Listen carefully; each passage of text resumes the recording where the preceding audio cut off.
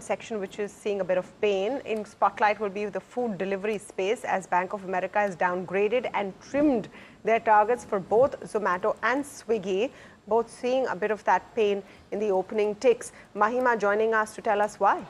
Right. So, Taman, as you rightly mentioned, Bank of America has downgraded Zomato to neutral from a buy rating, has cut target price to 250 from 300. Swiggy, they have downgraded to underperform from buy and cut target price to 325 from 420. Now, there are a couple of reasons as to why they have done this. First one being that they're saying that the quick commerce overall picture, there has been prolonged competition and they are expecting higher losses going forward because of the dark store addition overall. In terms of medium-term prospect, they remain positive, but overall picture in terms of competition is getting tougher.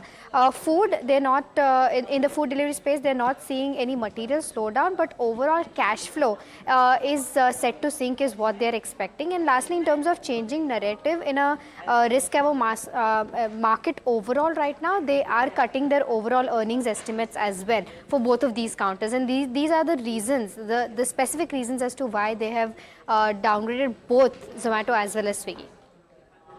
Rated both Swiggy and Zomato. I think the key line for me over here is change in narrative, and the change in narrative, though, of course, is a bigger story. Milan on charts. I don't know if you'll have too much data for Swiggy, but at least for Zomato. Yeah, Zomato is in a secondary downtrend, a corrective downtrend, I will call it, and it needs to watch its behavior vis-a-vis the levels of 200 to 202. And if those levels get violated, then it could be in some bit more of pain in near future.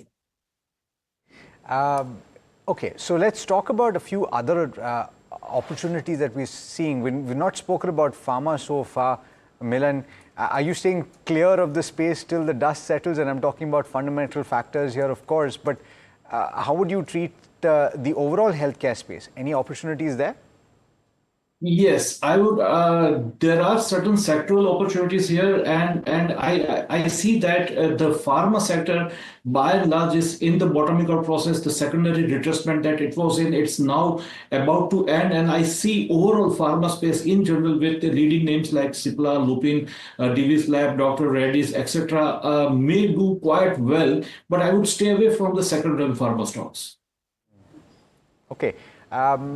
Okay, I'm just wondering whether there are any opportunities in the infrastructure space as well, broadly, because a few of these names have seen corrective moves, and then there has been buying interest as well. Any opportunities you're seeing here? I will stick to the large cap area, large cap space. I would stick to L&T here and not go anywhere else. I will not be looking at the broader market space in this sector.